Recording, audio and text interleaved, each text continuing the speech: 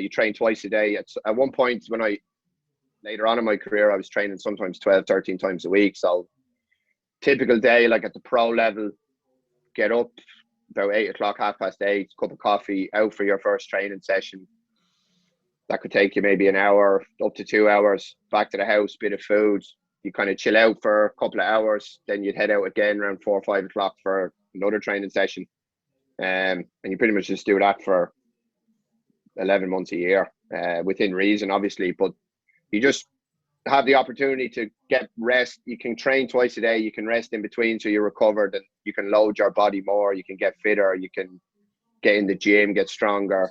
Whereas I think when you're training as an amateur, it's a lot harder because you have to work, obviously, a 9 to 5, or you're studying hard or whatever you're doing.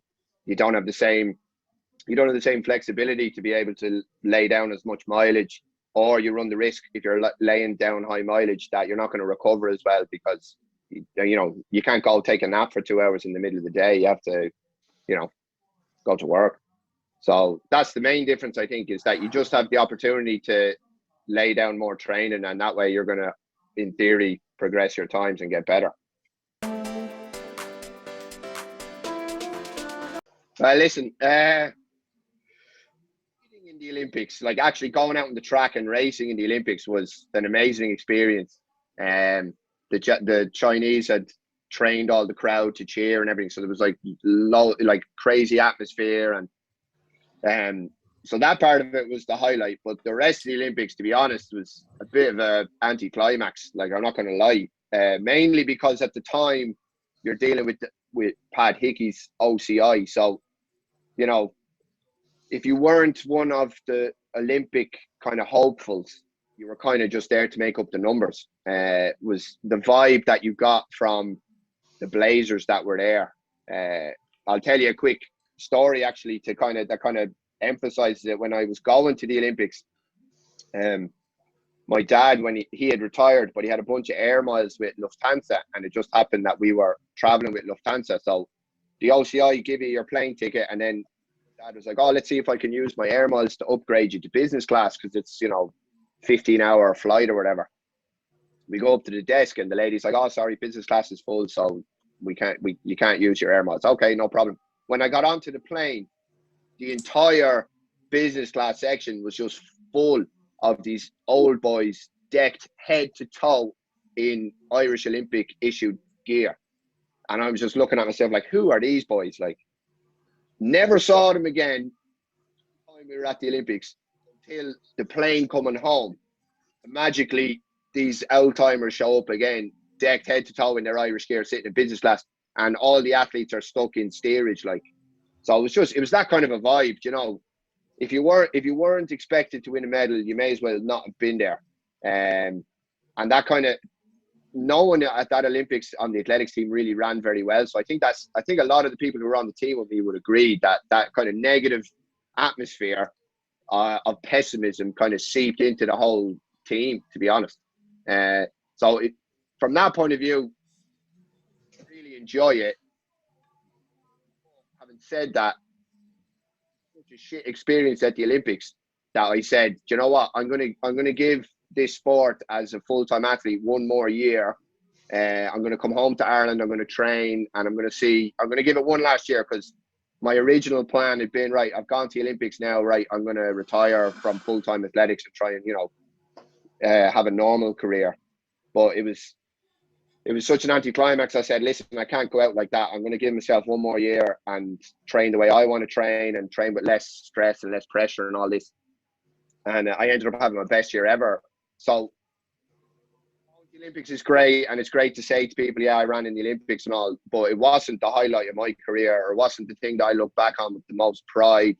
But it served as a huge, kind of kick in the arse, basically, to keep going with the sport, go out on my own terms, try and progress, because it was such a downer, to be honest. So sorry if I burst anyone's bubbles, but I think if you went nowadays, because those of you who know who Pat Hickey is, he's long gone, and I think they've made some serious changes, and they care a lot more about athlete welfare and all that stuff. But at the time, it was a joke, like some of the stuff that was going on over there, to be honest.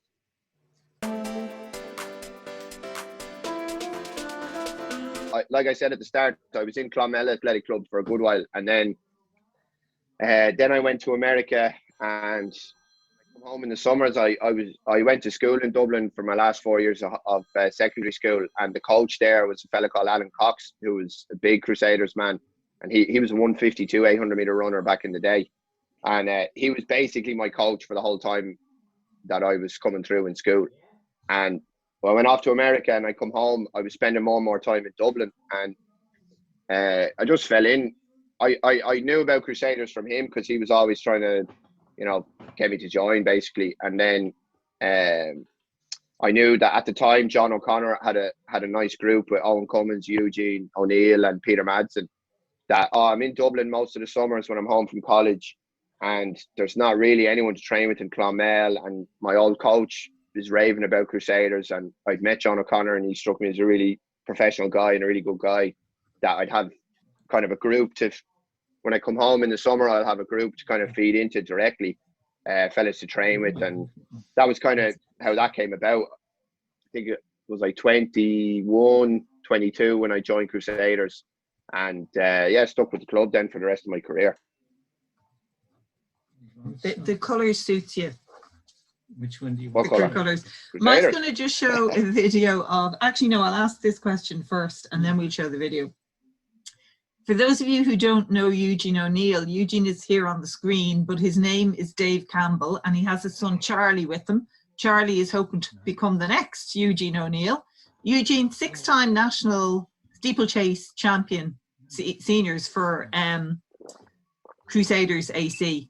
But what the little brat has is he has David Campbell's name down instead of his own name, and a beautiful picture of David Campbell behind.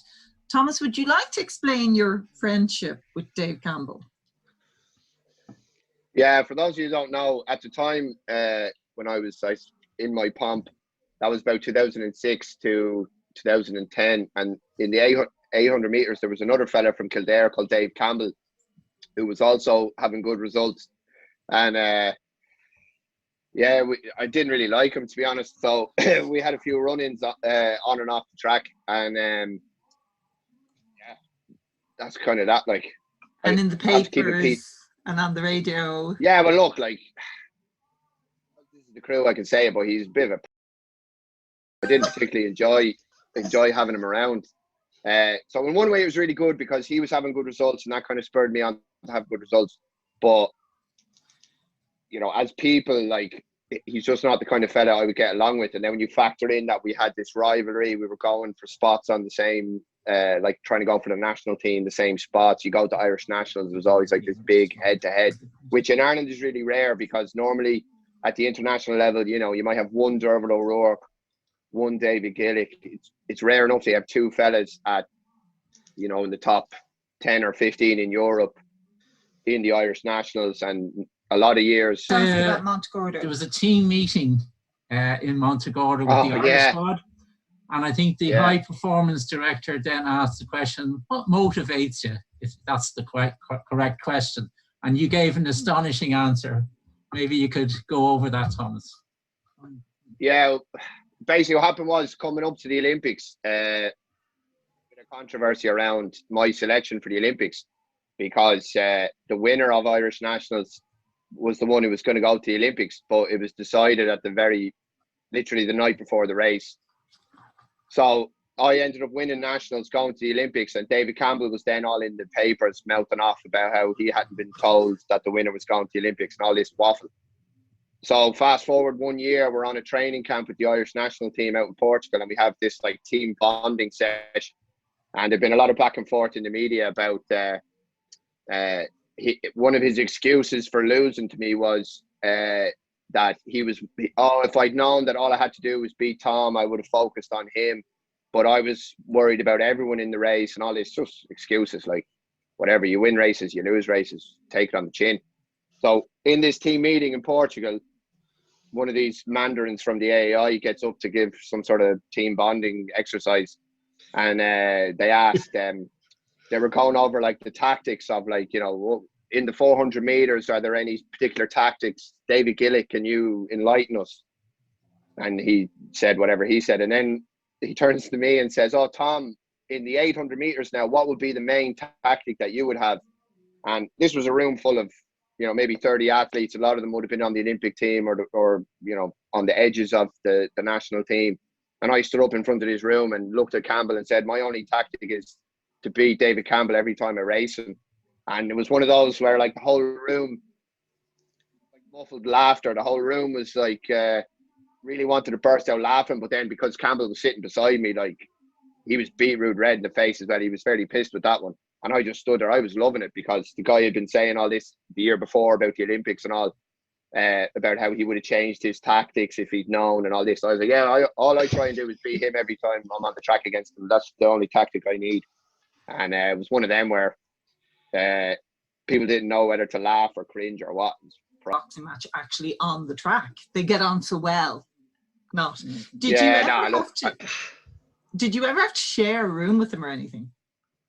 Yeah, I did one time out in Italy. The thing is, like, for the people, like, for those of you who are listening that haven't raced so much on the track or haven't, like, traveled around Europe on the circuit, so to speak, at the level that I was at, especially for most of my career, it's a bit of a grind. You're going to these kind of one-horse towns and trying to run times and trying to find races and all this. And there was a circuit of meets up in northern Italy. There was like 3 or 4 decent races, like, in a row. So you could travel out there on one plane ticket, knock out 4 races and come home. And I ended up in a, basically what equates to a youth hostel with Campbell and another fella from Australia for maybe, how long were we there? A week in between these races. So you'd race on a Saturday, then you'd stay there for 2 days. Then we went out to Sicily for a race, come back, stay another few days. But to be honest, like, in that situation when I had to, like, spend at a championships, or if I had to literally room with the guy, because I didn't really have a choice, right? Because it was someone else paying for this youth hostel. The circuit was paying our accommodation. I mean, we could be civil towards each other. Like, it wasn't like we were, you know, cursing each other out every 5 minutes. But there's always that tension when you're in a room with someone in any capacity that you're not really, you know, this person isn't my cup of tea. And as well, in that microcosm, Irish athletics is fairly small, and like I said, there wasn't that many people at the top, you know, not at that level that we were at, like a whisker off proper world standard. Really going to get along with someone like that. So yeah. It wasn't the best week of my life up in northern Italy, but it was all right. The next stage, I was moving you on to your international career and, you know, traveling around the country, the world. And I think a lot of people think that, you know, when you're on the scene like that, you get, because you've hit on answering some of my questions, you get exclusive accommodation and you get the best of food, the best of sleeping arrangements, etc., and fancy hotels. But in general, it's shared accommodation, isn't it, when you get to, if you get an invite? I mean, it depends on what level you're at. So at the Diamond League level, then you're staying in 4-star, 5-star hotels, and it's fairly plush. I managed to get, I think I raced 3 times in kind of Diamond League level meets, and that's fairly, you know, luxurious, so to speak. But a lot of the time you're staying in, you know, army barrack type accommodation. I remember the first race I ran where I won prize money in Belgium. I ran 146. I qualified for the European Championships, and I won €20. And do you know what I mean? You're not going to pay your way with that. So you're kind of, you have to hustle. Like, when you're coming through the ranks, it's probably similar in like golf or tennis or any of those sports. Like, when you're coming through the ranks, you kind of have to serve your time on the lower levels and then hope that you pop off some times to go up a level and up a level and up a level. But for the vast majority of the races that I would have done prior to 2009, it was a bit of a grind. You're living out of a backpack. And a lot of the time as well, when you're trying to qualify for the championships, you have to run a time standard. So you have to literally go. I know when I was trying to qualify for the Olympics, I was going, I don't know, I could go a month with a backpack on my back, like one of those interrailer types, and just with my spikes, and you just go to the next town and the next town, and I didn't get the time this week, right, let me get on the internet, try and find another race. There's one in wherever, France, okay, I'm going there. You know, it was this kind of thing. So it's a different type of grind when you're chasing qualifying times. Once you get qualifying times, once you get to like Diamond League level, then you can basically pick and choose where you go. And yeah, I feel like going to Monaco for a Diamond League, right? Let's try and get into that race. It's a lot more, you can plan it out a lot better. But before you make that breakthrough to, you know, top 10, top 15 in Europe, probably top 30 in the world rankings, you're kind of just, and that the other thing is because we're from Ireland, like there's not that many meets at that level in Ireland, so you're forced to go travel to England or France or Spain has some good meets. I mean, if you lived in Spain, it would be a lot different because there could be meets all over the country. It's not as much travel, but for us from Ireland, Cork City Sports maybe is good enough. Maybe that's about it. There's no other big, I'm talking like big races to run Olympic standards in. It's fairly hard to do in Ireland, to be honest. Thomas, can you tell us the story about who your manager was and how your manager got you into Oslo, because it's a terrific story. It was Oslo, wasn't it? Oslo Diamond League, yeah. Yeah. I guess I'll just explain real quick. When you start coming closer and closer to, you know, Diamond League level, you end up having to have like an agent who will negotiate your entry into whatever race it might be, Oslo, London, whatever. They'll also be in charge of negotiating like appearance fees if you're good enough to get them, travel, what's your travel budget, gear deals, you know, is Nike going to sign you, how much are they going to pay you, all that stuff. And I'd never really been good enough to have an agent, so to speak. So around the time of the Olympics, my dad had recently retired from his job. So I was like, listen, Dad, you're fairly good at talking on the telephone. You're my agent now. And I'd Google who's the meet director, and then I'd have my dad call this guy or whoever, or guy or woman, whoever it was, to try and convince them to let me into the meets. And to be fair to him, I have to say, more often than not, he managed to get me into some meets that I had no business really being in at all. So it was kind of funny in a way, because a lot of these agents are kind of like Jerry Maguire types with, you know, fancy suits and, you know, slick back hair and pulling off major deals for Usain Bolt and all this. And then I'd rock up with my dad, and he's wearing like a Munster jersey, and we're just like, hey, we're here for the party. Like, it was a bit weird, but it was kind of the way I like to do it as well. I wouldn't want to have some, you know, these big powerful agents have, you know, 200 athletes on their books, whereas my dad had me, and he used to help Alan O'Brien out a little bit. He used to help Dave McCarthy as well, another 800-meter runner, out a little bit. But and he managed to get me in. Yeah, when I was in 2009, I was on the verge of a big breakthrough, and it's hard to coming back to Dave Campbell, but I saw the start list for Oslo Diamond League, and I saw Dave Campbell had gotten in, and Dave Campbell did have one of these big powerful agents, and I started giving out and cursing, and this is bullshit, like, I'm running better than him, I'm faster than him, how come he get into this Diamond League? It's because he has this big powerful agent. And I rang my dad, I was like, you have to ring them back, you have to ring that guy in Oslo, he let Dave Campbell in, he has to let me in as well, thinking that there was no way I was getting, my times weren't quick enough. My dad rings this guy and somehow manages to convince Steiner Hohen in Oslo to take me into this Oslo Diamond League. And the rest is history, to be honest, because I take over a second off my PB, came third in the Diamond League. And your man, the Diamond League, you think, like I said, oh, you're going to stay in like 5-star accommodation. This guy was like, man, we're not paying any travel, no hotel.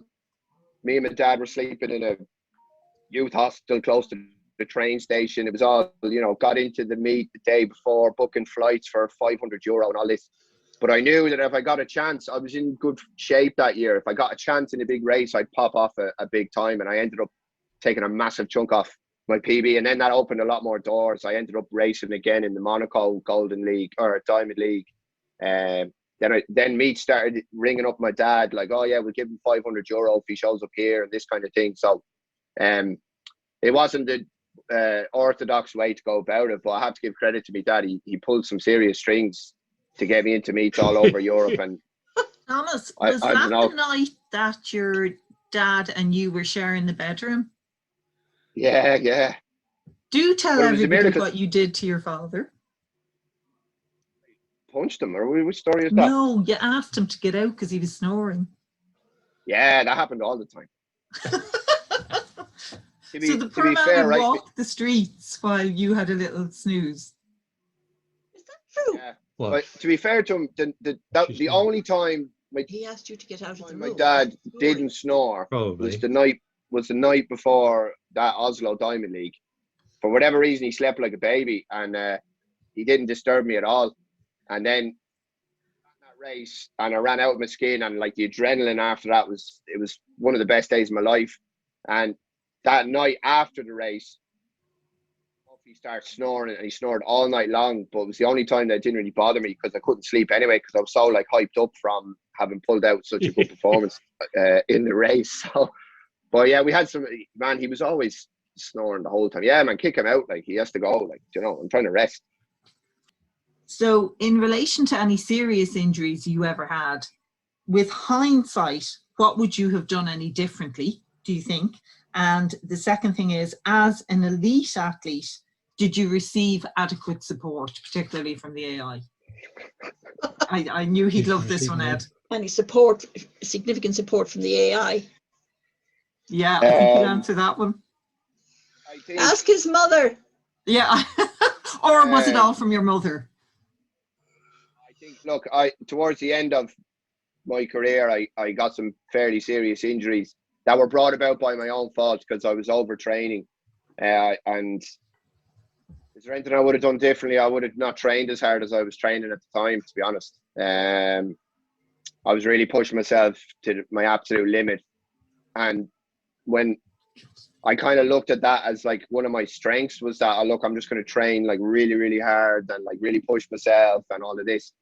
And it got me to a certain point where I was now, 2009, I was ranked 5th in Europe. I was in the top 30 in the world. I was racing at Diamond League level. I was making progress that nobody would have thought I was ever going to get to that level, to be honest. When I was a kid, I wasn't, the Lionel Messi of Irish athletics or anything. I was a slow burner.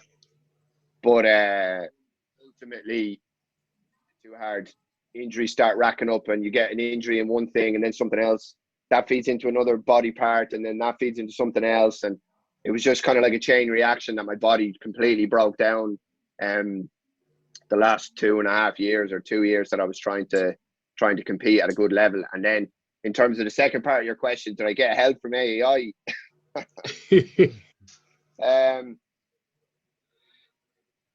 The polite way is they tried to help me, I guess, but I had double-sided sports hernia that was misdiagnosed by the AI team doctor, who was a great person. Like, he was a really nice guy, but he made a balls of my diagnosis. So that set me back, I don't know, 4 or 5 months.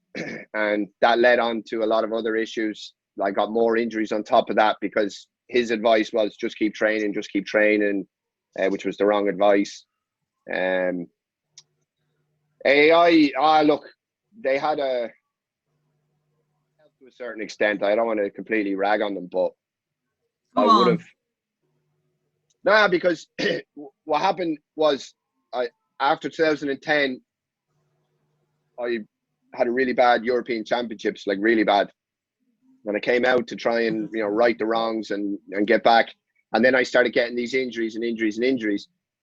And at the exact same time as I was having these injuries, now I'm 26, going on 27, there was a regime change in the high performance unit of AAI. So they changed the high performance director who came in and basically the first time I met him told me, look, you're going to be 27 at the end of this year. You're injured right now. You're pretty much done at the top level. Which wasn't exactly what I wanted to hear because I was injured. For the first time in my career, I was injured for a good 9 months, maybe longer. So AAI kind of decided they were going to put their funding towards younger athletes who, okay, they might not have had my results, but these are the people who have more potential to progress than you because now you're 27. You're not really going to progress all that much more. So that was a little bit of bad luck that happened that was coincidence, right? That happened at the same time. So they put some funding towards physio bills and small things like that. But I ended up having to go to Germany to get surgery And to be fair to the Irish doctor who misdiagnosed me, he got the Irish Institute of Sport to pay for half of my surgery, with the idea being that AAI would pay for the other half. AAI refused to pay for it. And I think that was kind of the final straw dealing with them. I was like, look, your doctor misdiagnosed me. He feels bad about it. He's got his boss to sign off on half the surgery cost, and you're telling me you're not going to pony up the other half. And the story was, oh, look, we don't think you're not a wise investment, and our budget has been cut and all of this. So it was what it was, you know. But ultimately, I wouldn't have got injured if I hadn't been training so hard. So my fault, really, that I got injured in the first place. Just to bring you back to that Europeans in Barcelona, Tom, we called in to you a couple of days before you were racing because you were ill, and we were bringing you down the CDs so that you could watch some, because there was only Spanish TV, so you could watch some English movies. I swear to God, I was so shocked. Your glands were swollen. You couldn't talk. And I remember walking out there and going, he can't run. When I saw you on the start line, I really had a heart attack. I said, I can't believe I could not believe that you were able to put one foot in front of the other. But you did put that down to overtraining, didn't you? Yeah. Long story short, I came out of the 2009 season on the back of this breakthrough race that, the video that you guys saw and all that, and ranked 5th in Europe. And my plan had been to shift from the 800 to the 1500 because I thought I had a better chance at the European Championships of winning a medal. And I laid down some serious training that year. Like, I was just, if I train like that little bit more, get that little bit last drop out of myself, I can legitimately win a medal. And I just completely overcooked it I went to, in the month before the championships, I went off on an altitude training camp and was like, right, I'm going to put down 3 weeks of serious, like, hard training, and then I'm going to rest for the 10 days to 2 weeks coming into the championships. And it was all planned out long in advance. And I just overcooked it completely and woke up maybe a week or 10 days before the championships with a throat infection. And I just felt like shit for the rest of this. I just overcooked it. I was burnt out, like, at the wrong time because it was right before the championships. And then I went out in the 1500 and got knocked out in the first round. And that was that. Like, so, again, that was my own fault. Like, if I'd taken it down a notch, I would have done a bit better, Yeah, for sure. Look, lads, we're coming to the wind up of it at the moment. And if anybody, just a couple of things. First of all, if you're ever in Sweden, in Gothenburg, where have they to eat, Tom? Tom's Burritos, Mexican street food. Google it. Tom's Burritos. And I'll give a free beer to any crew who show up. They can get a free beer on me. But they have to bring their singlet in. They got to bring that singlet in. We can't be giving free beer to, posers, Does anybody, I had said to everybody to give me your questions beforehand because I knew there was going to be a big gang here, but if anybody has a particular question that I didn't hit on, now is your opportunity. Otherwise, I'm going to wind up here. We're going to leave this on a high note, folks. So I know the answer to this. Thomas, in athletics, love stories can happen in athletics. And so for Thomas Chamney, where did you meet Johanna, your wife? I met her at a race in 2009. I came to Gothenburg for a small race, and she was working in the office in the hotel. And the rest is history, as they say. So that was 11 years ago, is it? Be 12 in the summer, yeah. So I met her at this race, and then we kept in touch. And like I said, you're kind of traveling around a lot, so I had to keep coming up with creative excuses to go to Sweden. Yeah. And now I'm married with 2 kids, so that was probably the best thing to come out of my career, actually, to be fair. Like, life takes you in funny paths or whatever, so I ended up living over here now and started a business here and all the rest. So definitely one of the better things to come out of top level athletics. It wasn't so much the medals or the prize money or any of that. It was more, I got to meet my wife, and I got to travel around a lot to places that, man, you wouldn't want to go there. I got to see them. A lot with my dad. That was always great crack on the road with my dad. We saw, yeah, like I said. Actually, I'll tell you one quick story about, I have to say it because he's watching. We went out to this race in Slovakia, me and my dad. And he was within a whisker of getting hauled off to Slovakian jail. We got pulled over by the cops on the way to this race. It's a long story, but me and my dad travelled separately to the Irish team. We're driving to the race. I've got the team manager on the phone, like, yeah, when are you going to get here? Like, your race is in 3 hours. Yeah, we're on our way. We're driving through the hills in Slovakia, man. Oh, talk about, talk about Soviet communist style, middle of nowhere Slovakia. Next thing, the cops pull us over. Start yelling at him in Slovakian. He hadn't got his headlights turned on. That's illegal in Slovakia. The next thing, the cop is like, they didn't speak any English. He writes down €100 on a piece of paper. He wants €100. And my dad starts yelling at him like, I'm a tourist. This is discrimination. Why are you doing this to me? And all this. The next thing, another cop comes out. The cops are starting to surround the car now. I'm like, Dad, we got to go, man. We're racing at the European Team Championships for the Irish national team in like 3 hours. What are you doing?